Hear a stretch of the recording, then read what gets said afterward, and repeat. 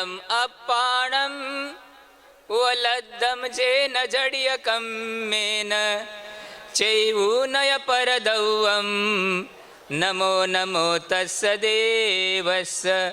बोलो अनंतानंद सिद्ध परमेष्ठी भगवान की। प्रातः स्मरणीय परम पूज्य गुरु आचार्य श्री विद्यासागर जी महाराज की।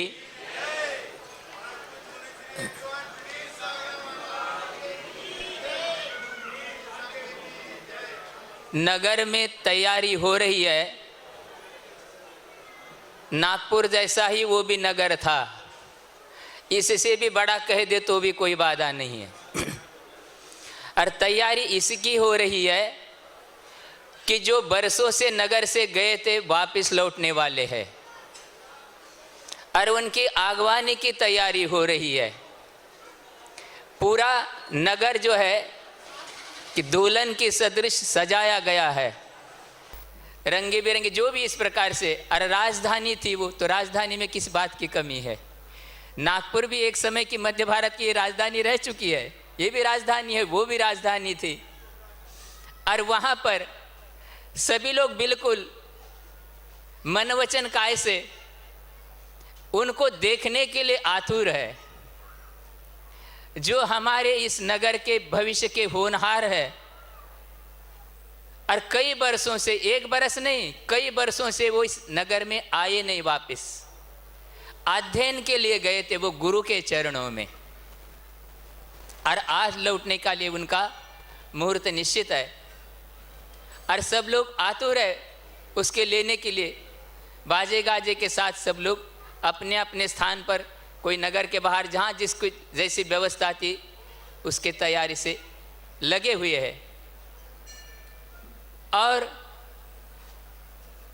वो लोग आ रहे हैं, रथ पर सवार होकर। रथ भी भेजा गया, क्योंकि राजपुत्र है वो, केवल नगरवासी नहीं है, राजधानी के होते हुए भी राजपुत्र युवराज है वो। इस प्रकार से दोनों आ रहे हैं। उसी समय जो है राजमहल पे, अब राजमहल कैसा होगा, छोटा कुटिया जैसा, सबसे ऊंचा। और वहां पर एक आरती मंगल लेकर के, सजा करके उनके स्वागत के लिए, मंगल करने के लिए। मंगल भी कहा गया ना, लौकिक और लोकोत्तर। लौकिक मंगल भी होता है, आप लोग भी आरती उतारते सामान्य से भी, आपके कार्य में भी। यहाँ तो गुरु की आरती उतार रहे, वो तो लोकोत्तर है, धर्म मान करके। लोकाचार में भी मंगल होता है। तो आरती लेकर के खड़ी है, अरे राजपुत्र आ रहे, सारी जनता स्वागत के लिए गई है। और वहां पर अचानक दोनों राजपुत्र की नजर उस युवती पर पड़ी, और आपस में वार्ता चालू हो गई। क्या कह रहा, मैं इससे विवाह करूंगा, आपस में ही चल रहा। और यहां तक स्थिति बन गई, दोनों रथ से नीचे उतर करके आपस में लड़ना प्रारंभ किया। तो नगरवासी तो ये सोच रहे, शायद ये लोग जो विद्या सीख करके आ रहे, इसका यहाँ पर हम लोगों के सामने कुछ प्रयोग दिखा रहे, ऐसा उनको तो कुछ समझ में नहीं आ रहा कि हो क्या रहा है। लेकिन इसी समय वहाँ जो सेनापति उनके है, नगर के अधिपति, वो बात को समझ गए कि ये मामला क्या है। मंत्री भी वही खड़े, उन्होंने बहुत प्रेम से उनको समझाना प्रारंभ कर किया, क्योंकि युवराज है ये। वो समझ गए क्या है, बात समझ गए। उन्होंने कहा, ये नादान बच्चे, तुम पैदा न होते तो अच्छा होता। जिस राज मंजिल पे खड़ी उस युवती पर दृष्टि डाल करके आप मोहपाश में खो गए। वो कौन है आपको पता नहीं, ये आपकी ही सहोदरा छोटी बहन है। जिस समय आप विद्या पाने के लिए गुरुकुल में पहुंचे थे, वो बहुत बाल्यावस्था में थी, अब यौवनावस्था में। यार इसके पीछे आप लोग आपस में उनकी वही खड़े हो गए, दोनों स्तब्ध हो गए। क्या हो गया? ओहो, कितना बड़ा अपराध किया हम लोगों ने। आज ब्रह्मचर्य का प्रसंग है, उन्हें सोचा ये क्या किया। जिनके कोख से हमने जन्म पाया वो हमारी छोटी बहन, और उसके प्रति हमारी ये दृष्टि, क्योंकि अज्ञानता से हुआ, ये ठीक है, जानबूझ के नहीं हुआ, लेकिन हम किसके लिए गए थे? क्या विद्या पाने के लिए? केवल लौकिक विद्या नहीं, आध्यात्म विद्या भी वहाँ दी जाती है गुरुकुल में। अब इसका क्या होगा?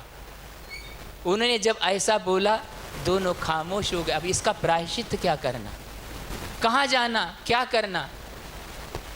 जब पता चला, बहन स्वयं आई, फिर वो सब बातें हो रही, उन्होंने कहा इसका प्रायश्चित यहाँ नगर में रह करके कदापि नहीं हो सकता। इसका एक ही प्रायश्चित है। क्या प्रायश्चित है? अब जीवन पर्यंत, क्यों आपस में जब लड़ाई चल रही थी, जब छोटा कहता मैंने पहले देखा, वो कहता है तुमने पहले तो देखा लेकिन बड़ा तो मैं हूँ, मेरा पहला, ये सारी बातें कहाँ के कहाँ चली गई। उनने कहा अब कुछ नहीं है। राजा कौन है? क्षेमंकर, रानी विमलावती, उनके जो दो सुपुत्र थे कुलभूषण देशभूषण, क्या किया? नगर छोड़ करके जिस रास्ते से प्रवेश कर रहे थे उसी रास्ते से नगर से वापस लौट गए। क्या हुआ? रंग में भंग, अपने दृष्टि से रंग में भंग है, लेकिन उन्होंने कहा इसका प्रायश्चित अपने जीवन में, क्योंकि एक क्षण भर के दृष्टि मात्र से इतना अनर्थ हमारे द्वारा हो रहा है, इस जीवन का क्या भरोसा है? अपना आत्मकल्याण करने के लिए जाकर गुरुओं के सामने दीक्षा ले लिया। और कहाँ गए? वंशस्थल वरनियड़े पश्चिम भायम में कुंतुगिरि से हरे कुलदेश भूषण मुनि निवाण गया नमो तेसिम। सिद्ध क्षेत्र कुंतलगिरी निर्वाण को प्राप्त हुए, नगर में वापिस नहीं आए। आज अंतिम दिन है, बड़े महाराज जी भी बोलेंगे, हम तो अपना एक ठीक है, महाराज जी का कहना था इसलिए हम बोल रहे। क्या है ब्रह्मचर्य? क्या चीज़ है? रात्रि संचरण, सरसाहार, सुगंधित संस्कार, शील की विराधना की 18,000 भेद है शील के, वो कहाँ पूर्ण होते हैं? शैलेश। 4 घातियाँ कर्मों का जहाँ नाश होता है, अरहंत पद जहाँ मिलता है, वहाँ 18,000 शीलों की पूर्णता वहाँ होती है। और ब्रह्मचर्य महाव्रत साधुओं के लिए है, गृहस्थ लोग भी अपने अपने शक्ति के अनुसार लेते हैं ब्रह्मचर्य। अभी 10 लक्षण में ब्रह्मचर्य व्रत का पालन कर रहे, अष्टानिकाय, अष्टमी चतुर्दशी, महीने में 20 दिन 25 दिन अपने अपने अनुसार, वो भी आपके लिए धर्म है। और पूर्णता वृत्ति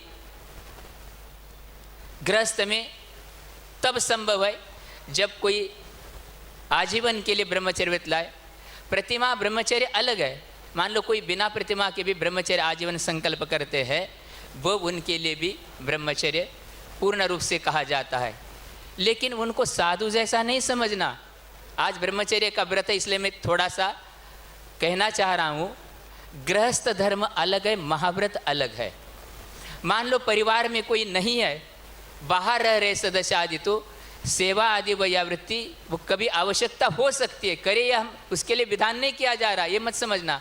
लेकिन उसको एकदम से खींच करके महाव्रत जैसा ऐसा नहीं, और उनका भाव वो तो है ही नहीं, वो तो सारा उससे निवृत्त हो चुके हैं। वो सामान्य रूप से घर में रहते हुए भी भाई बहन के समान रह रहे, लेकिन मान लो आवश्यकता होगी तो उसमें आवश्यकता पड़ सकती है, इसलिए उसको अपने को इस ढंग से ग्रहण करना चाहिए। और इसलिए आहार पान रहन सहन ये सारा शील का परिवार है। आचार्य कुंद देव ने शील पहाड़ में गाथा दी है, शीलस्य नानस्य नत्ति विरोहो बुहे निद्दिष्टो नवरीय शीले न विना विषयानानम विनाशन्ति। शील का और ज्ञान का विरोध नहीं है, ऐसा गणधर देव आदि ने कहा है। लेकिन शील के बिना विषय ज्ञान को नष्ट कर देते हैं। उसी में आगे जा कर के उन्होंने कहा, ज्ञान मात्र से यदि आत्मा शुद्ध हो गई या होती है, ऐसा जो मान्यता रखते तो उन्होंने कहा रुद्र जो 11 अंग 10 पुरों का पाटी था, सात्य के पुत्र नरक गया क्यों? ज्ञान तो बहुत था, जो बड़े महाराज ने बताया था ना, अभिन्न 10 पुरी और भिन्न 10 पूर्वधर, विद्याओं में आ गए भेष तो रह जाएगा भग्ग महवया दो। आचार्य वीरसेन महाराज कहते उनके महाव्रत भग्न हो गए। नमो जिनानम, यहाँ जिनकी अनुवृत्ति है, इसलिए विद्या आदि मोक्ष मार्ग में, इसलिए शील का इतना बड़ी परिवार है, इसलिए मर्यादा में सभी चीज़ें करना, ये सारे शील का बहुत बड़ा परिवार है। बोलना, उठना, बैठना, सारी चीज़ें, बहुत सारी चीज़ें शील के अंतर्गत आती है। रहन सहन, वेशभूषा पहले ही बताया गया था। आकलंग देव ने कहा शौकीन वेश जो है अशुभ नाम कर्म के लिए कारण है। इसलिए इन आचार्यों के वाणी पे विश्वास रखते हुए हम लोग जो रिद्धिधारी मुनि महाराज का आप लोग पढ़ते हैं ना अर्घ, स्वस्ति क्रिया सुपरमर्शियो ना, आज भी ये बड़े बड़े रिद्धि के धारक नहीं है, ऐसा नहीं है, ठीक है, लेकिन फिर भी आज उस रिद्धियों का कुछ ना कुछ तो अंश होना चाहिए, ऐसी मेरी व्यक्तिगत मान्यता है। आकलंक देव ने आर्याम लेशास्य, ये जो तीसरे अध्याय का 36वां सूत्र है कहने हैं, उसमें आचार्य परमेष्टि के गुण कितने होते हैं? 36। उसमें उन्होंने दिया गुरुकुल में निवास करना आदि ब्रह्मचर्य के लिए कारण है, और भी ये दिया है घोर ब्रह्मचारित्व, स्वप्न में भी जिनके ब्रह्मचर्य में दोष नहीं लगा, ऐसे जो मुनिराज है वो कहलाते घोर ब्रह्मचारित्व रिद्धि के धारक। तो रामटेक से जब ब्रह्मचारी अवस्था से गुरु महाराज के चरणों में रहने का हमको अवसर आया, मेरा ये व्यक्तिगत श्रद्धान है कि गुरु महाराज इस रिद्धि के धारक है, इसलिए इनके कार्य में संसार का कोई भी व्यक्ति विघ्न नहीं कर सकता। देखा अपने बड़े बाबा के इसमें, लेकिन आचार्य मार्ग बिल्कुल के नहीं, अपने को तो न्याय मार्ग से ही चलना है, इंद्र भी इनके काम में विघ्न नहीं कर सकता। ये रिद्धि धारक साधु कहते, ठीक है आज, लेकिन उनके पास ये है, ऐसा मेरा व्यक्तिगत सोचना है, क्योंकि उनके चरणों में हमको रहने का बहुत इतना अवसर आया है। और उन्होंने जो दिख रहा आप लोग देख रहे, ऐसे अवस्था में भी उसी क्रम में महाराज आदि लोग एक साधना करते आ रहे, आप लोग उपवास आदि भी कर रहे, ये सारे कार्य हो रहे। इसलिए इस शील को महत्व देते हुए, और एक बात मैं अपने तरफ से आप लोगों के लिए वात्सल्य के साथ कहना चाह रहा हूँ, आप लोग जिनेंद्र भगवान के शासन के मानने वाले लोग हैं। गुरु महाराज के 5 चातुर्मास यहाँ हो रहे, बड़े महाराज यहाँ आपके नगर में चातुर्मास कर रहे, ग्रीष्मकाल से रह रहे, तो बहुत वात्सल्य से मैं आपको कहना चाहूँ, आप हर चीज़ के लिए हंसी मजाक में ग्रहण न करें। आज वर्तमान में परिप्रेक्ष्य में आपका जो ये प्री वेडिंग चल रहा है, सुन रहे क्या? अरे क्या क्या बातें चल रही है, ये शील की विराधना के सारे नींव है। पहले की मर्यादा, ये सारी मर्यादाएं कमी आती जा रही है, ये मर्यादा का आपको पालन करना चाहिए आगे के भविष्य की पीढ़ी के लिए। अन्यथा या धर्म का अर्थ केवल बाहरी कार्य होता जाएगा, अंदर में कुछ भी नहीं रहेगा, क्योंकि इसका कारण ये कलिकाल है। ये इसलिए इससे बचते हुए, पहले भी हम लोगों ने देखा कभी बचपन में, आप लोग क्या बोलते ना, ये सालगिरह, ये होता था क्या? पहले तो कितने कितने बड़े बड़े पुत्र पुत्रियां होने के बाद ससुराल तक भी नहीं जाते थे, ये पहले की रीति थी। और उस समय उनका इस प्रकार के व्रतशील दृढ़ता से पालन होता था। और आज इसलिए इन सारी मर्यादाओं का पालन करना ये आप लोगों का कर्तव्य है, ऐसा हमको समझ में आ रहा है। और महाराजों ने भी, क्षुल्लक जी, धैर्य सागर जी आदि ने भी उसकी पुस्तकें निकाली, उसकी क्या क्या हो रहा है, इससे आप बचिए। और अपने आप बचोगे तो आपकी संतान बचेगी, और भविष्य में ये जिनेंद्र भगवान का शासन चलता रहेगा। और मेरा व्यक्तिगत यही सोचना है, हर अवसर पिनी में धर्म ह्रास होता है। ह्रास का अर्थ क्या है?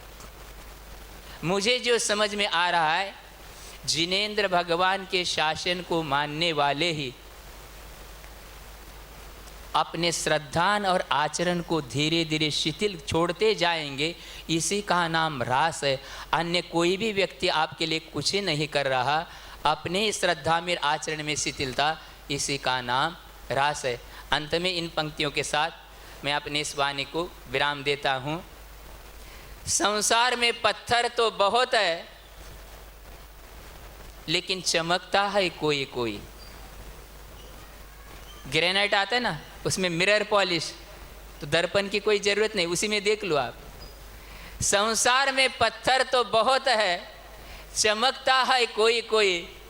संसार में फूल तो बहुत है, लेकिन महकता है कोई कोई।